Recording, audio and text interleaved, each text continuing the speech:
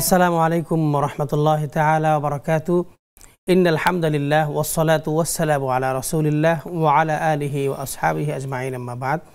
প্রিয় দর্শক শ্রোতা, কাছে কিংবা দূরে, দেশে কিংবা প্রবাসে, আপনারা যে যেখান থেকে আপনাদের প্রিয় চ্যানেল নেক্সাস টেলিভিশন দেখছেন, আপনাদের প্রত্যেককে আমন্ত্রণ জানাচ্ছি বরকতময় সাহরি এই অনুষ্ঠানে। প্রিয় দর্শক শ্রোতা, আপনারা জানেন এই অনুষ্ঠানটি আমরা সাজিয়েছি চমৎকার চমৎকার ইসলামী নাশিদ, বাংলাদেশের জনপ্রিয় কণ্ঠশিল্পীদের কণ্ঠে আমরা শুনবো এবং বিজ্ঞ ইসলামিক স্কলার যারা রয়েছেন তাদের কাছ থেকে আমরা শুনবো কোরআন এবং হাদিসের আলোকে মাহে রমাদান সহ আমরা পুরো বছর ব্যাপী কীভাবে আমাদের আমলগুলোকে আমরা সুন্দর করতে পারি এবং কিভাবে আমাদের সময়কে কাজে লাগিয়ে আমরা একজন পুণ্যবান খাঁটি মানুষ হতে পারি। প্রিয় দর্শক শ্রোতা, আজকের এই পর্বে আমরা আলোচনায় যাব। একটু আলোচনা যাবার পূর্বেই আমরা চলুন প্রিয় দর্শক একটি চমৎকার ইসলামী নাশিদ শুনে আসি।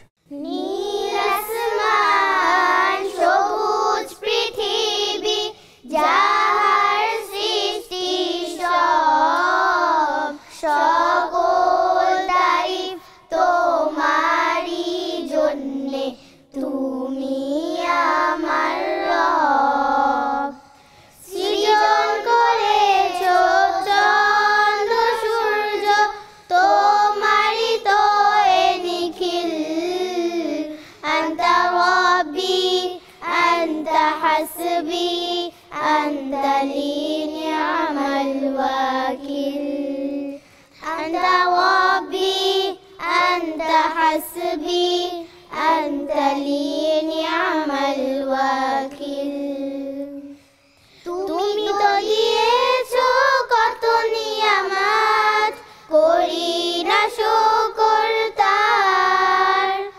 তোমারই দেয়া সে জীবন বিধান, ভেঙে চলি বারবার। তুমি তো দিয়েছো কত নিয়ামত, করি না শুকর তার।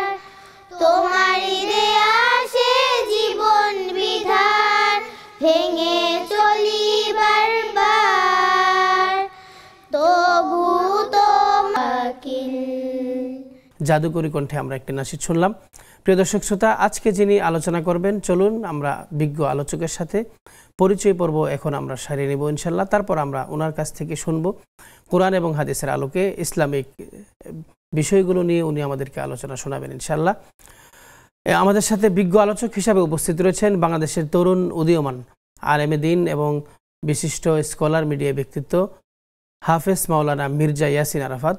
আসসালামু আলাইকুম ওয়া আসসালাম ওয়া রাহমাতুল্লাহি ওয়া বারাকাতুহু। আপনাকে স্বাগত। আপনি কেমন আছেন? জাযাকুমুল্লাহ, আলহামদুলিল্লাহ ভালো আছি। আলহামদুলিল্লাহ, আপনি আমাদের প্রোগ্রামে এসেছেন, আমরাও আপনাকে পেয়ে অনেক ধন্য হলাম আলহামদুলিল্লাহ। তো আমরা জানি যে রমজান মাস খুবই গুরুত্বপূর্ণ এবং এই রমজান মাসেই আমার নামাজের বেশি গুরুত্ব রয়েছে, কোরআন চর্চার বেশি গুরুত্ব রয়েছে, যেহেতু এই রমজান মাসেই কোরআন নাজিল হয়েছে। তো আমরা আজকে আপনার কাছ থেকে জানবো যে নামাজের মধ্যে আমরা মানে কিভাবে আরো একাগ্রতার সাথে খুশুর সাথে নামাজ আদায় করতে পারি এবং নামাজে আরো আমরা কিভাবে বেশি বেশি নামাজ পড়তে পারি, সেই শিক্ষা রাসূল কারীম সাল্লাল্লাহু আলাইহি ওয়াসাল্লামের থেকে হাদিস এবং কোরআনের আলোকে আপনি আমাদেরকে শোনাবেন ইনশাআল্লাহ। ধন্যবাদ প্রিয় উপস্থাপক এবং ধন্যবাদ জানাচ্ছি নেক্সাস টেলিভিশনের শ্রোতা বন্ধুদের, বিশেষ করে বরকতময় সাহারির যে সমস্ত শ্রোতা বন্ধুরা রয়েছেন দেশ বিদেশ থেকে যারা দেখছেন, প্রত্যেককে আন্তরিক অভিনন্দন এবং মোবারকবাদ জানাচ্ছি। সাথে সাথে দোয়া করছি প্রত্যেকের জীবন যেন ইসলামের সাথে ঘনিষ্ঠ হয় এবং আমল দ্বারা তৈরি হয়, সে দোয়া করছি। মুহতারাম, আপনি অত্যন্ত চমৎকার একটি বিষয়কে সামনে নিয়ে এসেছেন। আমার বিশ্বাস এই বিষয়ে আলোচনা শুনলে আমাদের প্রত্যেকেরই ফায়দা হবে ইনশাআল্লাহ তাআলা। ইসলামের মূল ভিত্তি রয়েছে 5টি। বুনিয়াল ইসলাম আলা খামসিন শাহাদাতি আল্লা ইলাহা ইল্লাল্লাহ ওয়া আন্না মুহাম্মাদার রাসূলুল্লাহ ওয়া ইকামিস সালাহ ওয়া ইতাইজ যাকাত ওয়াল হজ্জি ওয়া সাওমি রমাদান। মূল ভিত্তি 5টি রয়েছে, কম বেশি আমরা সকলেই জানি মুসলমান। তো এর মধ্যে একটি হচ্ছে সালাত। আল্লাহ তাআলা কোরআনুল কারীমের অসংখ্য জায়গায় 82 জায়গায় স্পষ্টভাবে বলেছেন, প্রায় 115 জায়গায় আল্লাহ তাআলা ইশারা ইঙ্গিতে বলেছেন সালাতের কথা। আল্লাহ রাব্বুল আলামিন কোরআনুল কারীমের সূরা মুমিনুনের মধ্যে মমিন কারা, মমিনের পরিচয় দিতে গিয়ে নাম্বার 1 মমিনের কোয়ালিটি কি হবে, নাম্বার 1 এনেছেন আল্লাহ বলেন আল্লাযীনা হুম ফি সালাতিহিম খাশিউন ক্বাদ আফলাহাল মুমিনুন। মমিন সফল হয়ে গেছে কারা, যারা একাগ্র চিত্তে খুশুর সাথে আল্লাহর সন্তুষ্টির জন্য সালাত আদায় করে। বড় আফসোস এবং পরিতাপের বিষয়, এমন অসংখ্য মুসলমান পাওয়া যাবে যারা বলে নামাজ তাদের জন্য না, যারা বলে রোজা তাদের জন্য না, রোজা রেখে নাকি তারা আত্মারে কষ্ট দিচ্ছে, নাউযুবিল্লাহি মিন যালিক। অথচ আল্লাহ বলছেন ইয়া আইয়ুহাল্লাযীনা আমানু কুতিবা আলাইকুমুস সিয়াম কামা কুতিবা আলাল্লাযীনা মিন ক্বাবলিকুম লাআল্লাকুম তাত্তাকুন। হে ঈমানদার, হে মুমিনরা, তোমরা সিয়াম পালন করো, তোমাদের উপর ফরজ করা হয়েছে যেমনিভাবে পূর্ববর্তীগণদের উপর ফরজ করা হয়েছিল, যাতে করে তোমরা মুত্তাকি হতে পারো, তাকওয়া অর্জন করতে পারো। কি আমরা ব্যাখ্যা দাঁড় করাতে চাই ইসলামে নামাজ রোজার ব্যাপারে, এটা খুবই দুঃখজনক। তো নামাজ একটি গুরুত্বপূর্ণ ইবাদত, যার মাধ্যমে বান্দার পুরো দেহের ইবাদত হয়ে যায়।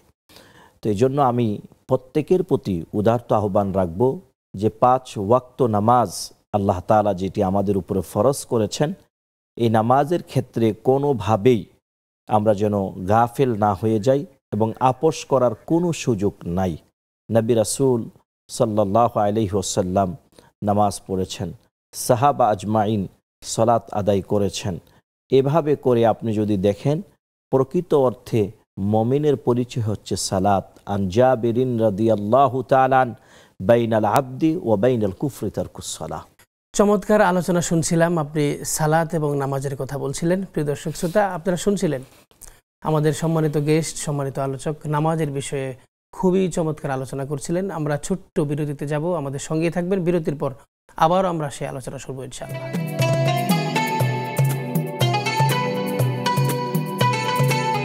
ছোট্ট বিরতির পর আবারও ফিরে এলাম আমাদের বিজ্ঞ আলোচকের কাছে। আপনি নামাজের কথা বলছিলেন যে আমরা অনেক অজুহাত দেখাই নামাজের জন্য, যে আমার এই কাজ আছে, ওই কাজ আছে, এখন সময় নেই, অথবা আমি পরে পড়ব, বাসায় যেয়ে পড়ব। মসজিদের পাশেই কিন্তু সে দাঁড়িয়ে আছে, মসজিদের পাশেই তার অফিস, কিন্তু সে নামাজে যাচ্ছে না। এটি কি অবহেলা আমাদের জন্য? আসলে আমরা কি করণীয়, আমাদের জন্য কি করতে পারি আমরা? মহান আল্লাহ রাব্বুল আলামিনের দরবারে প্রথমে আমি আমার হেদায়াত চাচ্ছি, আমি আমার আমলের তৌফিক চাচ্ছি। আমি আপনার সামনে কয়েকটি উদাহরণ তুলে ধরলে এবং যারা শুনছেন শুনবেন, আমার বিশ্বাস হৃদয় বলতে যদি তাদের থেকে থাকে তাহলে টাচ করবে। দেখুন, মাহফিলের সফরে দেশের বাহিরেও যাওয়া হয়। তো আমি পশ্চিমবঙ্গের পশ্চিম মেদিনীপুরে একটি মাহফিল শেষ করেছি। তো সেই মাহফিল থেকে আপনার যাওয়ার পথে বা আসার পথে সেই জায়গাতে এরকম এক পরিবেশ, মাহফিলটি শেষ করে যখন আমি আমার হোটেলে ফিরব, তখন আমার এক ভাই ও জায়গারই বলছে যে ভাই অনেকবার আসলেন গেলেন, দীঘা তো দেখা হলো না। আমি বললাম দীঘা কারে বলে? বলছে যে আপনাদের কক্সবাজার সমুদ্র সৈকত, আমাদের দীঘা। আমি বললাম চলেন দেখে আসি। আল্লাহ বলছেন কুল সিরু ফিল আরদ ফানজুরু কাইফা কানা আকিবাতুল মুকাজ্জিবিন। চলেন ঘুরে আসি, দেখে আসি। প্রায় 4.5 ঘন্টা থেকে 4 ঘন্টা গাড়িটা চলেছে। ফজরের আউয়াল ওয়াক্ত থেকে নিয়ে শেষ ওয়াক্ত পর্যন্ত রাস্তার পাশে একটা মসজিদ পাই নাই নামাজ আদায় করব। আর আল্লাহ রাব্বুল আলামিন কি এক রহমত বরকত দিয়েছেন বাংলার জমিনকে, যেখানে আপনি দেখবেন যে মসজিদ কিছু দূর পরপর, একটা গ্রামে 5টা মহল্লা আছে, 6টা মহল্লা আছে, প্রত্যেকটা মহল্লায় মসজিদ আছে। কয়েকদিন আগে আমি এক মাহফিলে গিয়েছিলাম টাঙ্গাইলে, জিজ্ঞাসা করলাম আপনাদের এলাকার মসজিদের খবর কি? আমাদের এলাকায় 24টা মসজিদ আছে, আলহামদুলিল্লাহ। অনেকে হয়তো বলবে এত মসজিদ দিয়ে লাভ কি, মুসল্লি তো নাই। কে বলছে মুসল্লি নাই? প্রত্যেকটা মসজিদ তৈরি হলে সেখানের কিছু রিজার্ভ মুসল্লি তৈরি হয়ে যায়, কিছু নতুন নামাজি তৈরি হয়ে যায়, আলহামদুলিল্লাহ। প্রত্যেক রমজানের পরেই দেখবেন কিছু মানুষ নামাজি হয়ে যাচ্ছে, নামাজ ধরেছে আর ছাড়ছে না, কেউ দাড়ি রেখে দিয়েছে আর ছাড়ছে না। এভাবে করে কিন্তু আলহামদুলিল্লাহ প্রতিনিয়তই মানুষ তৈরি হচ্ছে। একদিনে সব হয়ে যাবে এটা আমি কল্পনা করি না, বা এটা কখনো হবে না, এবং এটা অনুচিত এটা চিন্তা করা। আমরা পরিবর্তনশীল, আস্তে আস্তে পরিবর্তন হবে। এই জন্য দাওয়াতের কাজগুলো, এই নসিহতের কাজগুলো জারি রাখতে হবে, চলমান থাকতে হবে ইনশাআল্লাহ।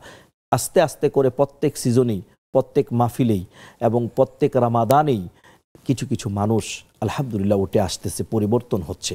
তো আমি এই কথাই বলতে চাচ্ছিলাম যে দেখুন, বাংলাদেশের মুসলমান যুবক ভাইয়েরা, আপনারা কি জবাব দিবেন আল্লাহর কাছে? আপনার ঘরের পাশে মসজিদ, আপনি নামাজে যাচ্ছেন না, কি জবাব দিবেন আল্লাহর কাছে?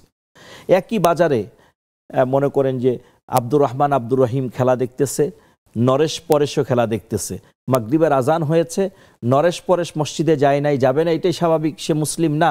কিন্তু আব্দুর রহমান আব্দুর রহিম কেন গেল না? সে তো মুসলিম। তাহলে সত্যিকার অর্থে মুসলিম কি আমি হতে পেরেছি?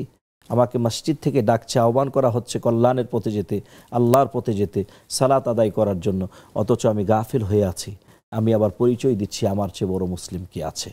তবে আমি এই অনুরোধটু রাখতে পারি যে একজন মুসলিম হিসাবে আমাদের উচিত প্রত্যেককেই বিশেষ করে 5 ওয়াক্ত নামাজ আদায় করা।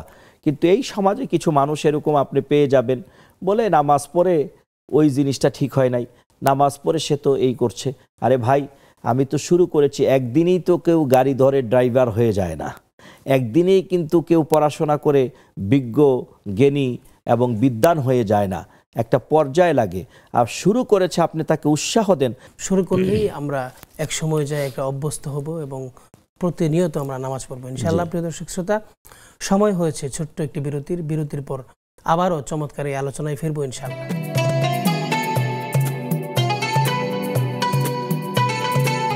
প্রিয় দর্শক শ্রোতা, চমৎকার আলোচনা শুনছিলেন। আমাদের ছোট্ট বিরতি শেষ হলো। বিরতির পর আমরা আবারও চলে যাচ্ছি নামাজের আলোচনায়। আপনি বলছিলেন যে মানে পার্থক্য করছিলেন যে দুজন ব্যক্তি নামাজে যাচ্ছে না, তারা মুসলিম না। আবার আব্দুর রহমান আব্দুর রহিম তারাও দুজন খেলা দেখছে, তারাও নামাজে যাচ্ছে না। তাহলে পার্থক্য কোথায়? আমি মনে করি যে নামাজের বিষয়ে আমাদের আরো বেশি গুরুত্ব হওয়া দরকার এবং বেশি বেশি নামাজ আমাদের পড়লেই, আমরা শুরু করলেই আমরা পারবো ইনশাআল্লাহ পরিবর্তন আসবে। আমি এই পর্যায়ে আরো 2-1টি কথা বলতে চাই। আমি মনে করি আমার এই কথাগুলোতেও নামাজিদের জন্য অনেক বিরাট ফায়দা হবে। আমরা আবার নামাজ যারা আদায় করি, নামাজ আলহামদুলিল্লাহ অনেকেই আদায় করছেন, শুরু করেছেন। তো অনেকেরই রুকু এবং সাজদাগুলো হচ্ছে না। রুকু থেকে উঠে সোজা হয়ে একটু সময় নেওয়া, সেটা নিচ্ছে না। সাজদা থেকে উঠে একটু বসে সময় নেওয়া, সেটা নিচ্ছে না। সেদিকে আমাদেরকে লক্ষ্য রাখতে হবে। কারো ভালো করে অজু হচ্ছে না। আমি তো ঘুরে ঘুরে দেখি, আমি আমার বাস্তবতা থেকে আমি বলছি, আমার অভিজ্ঞতা থেকে আমি বলছি। তো আমার ভাইয়েরা, আমাদের রুকু সেজদাগুলো, বিশেষ করে মা বোনেরা, রুকু সেজদাগুলোকে আমরা একটু গুরুত্ব দেব। আর 5 ওয়াক্ত নামাজের গুরুত্বের ব্যাপারে আমি একটি হাদিস শরীফ থেকে বলবো। জান আবি হুরায়রা রাদিয়াল্লাহু তাআলা আন আরাআইতুম লাউ আন্না নাহরান বিবাবি আহাদিকুম ইয়াগতাসিলু ফীহি কুল্লা ইয়াউমিন খামস হাল ইয়াবকি মিন দারনিহি শাইউন ক্বালু লা ইয়াবকি মিন দারনিহি শাই قال فذلك مثل الصلاة الخمس يمحو الله بهن الخطايا। হযরত আবু হুরায়রা রাদিয়াল্লাহু তাআলা আনহু থেকে বর্ণিত, নবী সাল্লাল্লাহু আলাইহি ওয়াসাল্লাম বলেন, তোমরা যদি কেউ দৈনিক 5 বার গোসল করো, তোমাদের শরীরে ময়লা থাকতে পারে? সাহাবীরা বলছে না। আল্লাহ নবীজি বলেছেন 5 ওয়াক্ত নামাজের উদাহরণ হচ্ছে এই যে সুন্দরভাবে আল্লাহর সন্তুষ্টির জন্য 5 ওয়াক্ত নামাজ আদায় করবে, তারও কোনো গুনাহ থাকতে পারে না। বাকি আমাদের জীবনে অজান্তে কিবা জেনে শুনে শয়তানের ধোকায় পড়ে অনেক বড় বড় গুনাহ করে ফেলেছি, কবিরা গুনাহ করে ফেলেছি, যেগুলোর জন্য খালেস তাওবায়ে নাসুহা করা উচিত। আল্লাহর কাছে যদি কেউ তার পাপের জন্য অনুতপ্ত হয়, আল্লাহ তাকে ক্ষমা করে দেন। আল্লাহ এই জন্যই বলেছেন লা তাকনাতু মির রাহমাতিল্লাহ। নবী বলেছেন, এই আয়াত নাজিল হবার পর আমি এত বেশি খুশি হয়েছি, সারা দুনিয়া যদি আমাকে দলিল করে দেয়া হতো আমি এত বেশি খুশি হতাম না। তাই এই রমাদানুল মোবারকে আমাকে সিদ্ধান্ত নিতে হবে, এই একটি মাস আমি যেভাবে আল্লাহর ইবাদতে কাটিয়েছি, রমাদানের পরেও 12 মাস আমৃত্যু আমাকে আল্লাহর উপরে, দ্বীনের উপরে পরিচালিত করব। তবেই আমার কবর হবে জান্নাতের বাগান, তবেই আমার মিজান হবে সুন্দর, ফুলসেরাত পার হয়ে যাব বিজলির আকারে। সেই ঈমান ও বিশ্বাস থেকে আমাদেরকে এগিয়ে যেতে হবে। আমি শেষ মুহূর্তে এসে আমি আমার দর্শক শ্রোতাদের জন্য একটা অনুরোধ করে আজকের মতো আলোচনা, হয়তো আমার সময়ও নেই, আমাদের ইতি টানবো। সেটি হচ্ছে এই, আমার ভাইয়েরা, শিরক থেকে আমাদেরকে বেঁচে থাকতে হবে। এক আল্লাহ ছাড়া কারো ইবাদত করা যাবে না। কোনো ব্যক্তি, কোনো মাজার, কোনো পীরকে কোনোভাবেই ভক্তি সেজদার নামেও সেগুলো করা যাবে না। গান বাজনা থেকে, অশ্লীল ফাহেসা কাজ থেকে আমাদেরকে বিরত থাকতে হবে। ইমানকে নির্ভেজাল শিরক মুক্ত রাখতে হবে, তবেই আমাদের অনেক ধন্যবাদ আপনাকে। চমৎকার আলোচনা আপনি করছিলেন, নামাজ এবং ইমানের সুন্দর আলোচনা আমরা শুনলাম। আশা করছি যে আমাদের প্রত্যেক দর্শক শ্রোতা এই আলোচনা থেকে ফায়দা পাবেন এবং তারা শিখতে পারবেন, আমল করতে পারবেন। আশা করি আমরা এখনই যদি রমজানেই যদি আমরা নামাজ শিখি, তাহলে আমাদের পুরো মাস, পুরো বছর যদি আমরা নামাজ পড়তে পারবো ইনশাআল্লাহ। আল্লাহ রাব্বুল আলামিন আমাদেরকে প্রত্যেককে শিক্ষার তৌফিক দান করুন। প্রিয় দর্শক শ্রোতা, আজকের এই পর্ব এখানেই শেষ করব। যাবার আগে আগামী পর্ব দেখার অগ্রিম আমন্ত্রণ জানাচ্ছি এবং পাশাপাশি আজকের এই পর্বের আমরা চমৎকার একটি নাশিদ শোনার মাধ্যমে এই পর্বকে আমরা বিদায় নিব ইনশাআল্লাহ। সে পর্যন্ত প্রত্যেকেই ভালো থাকবেন। আসসালামু আলাইকুম ওয়া রাহমাতুল্লাহি তাআলা ওয়া বারাকাতুহু। সুবহানাল্লাহ, আলহামদুলিল্লাহ, লা ইলাহা ইল্লাল্লাহ। সুবহানাল্লাহ, আলহামদুলিল্লাহ, লা ইলাহা ইল্লাল্লাহ। তুমি বাঁচাও, তুমি মারো, অবিরত ক্ষমা করো। তুমি বাঁচাও, তুমি মারো, অবিরত ক্ষমা করো। ধরার যে জন তাকে ধরো, ধরার যে জন তাকে ধরো। তোমার মুঠোয় সবই আল্লাহ। সুবহানাল্লাহ, আলহামদুলিল্লাহ, লা ইলাহা ইল্লাল্লাহ। সুবহানাল্লাহ, আলহামদুলিল্লাহ, লা ইলাহা ইল্লাল্লাহ। তোমার রিজিকে পরে অবাধ্য হই কেমন করে। তোমার রিজিকে পরে অবাধ্য হই কেমন করে। খুঁজে না পাই কোনো ভাষা, খুঁজে না পাই কোনো ভাষা। শুকুর গুজার করার আল্লাহ। সুবহানাল্লাহ, আলহামদুলিল্লাহ, লা ইলাহা ইল্লাল্লাহ। সুবহানাল্লাহ, আলহামদুলিল্লাহ, লা ইলাহা ইল্লাল্লাহ।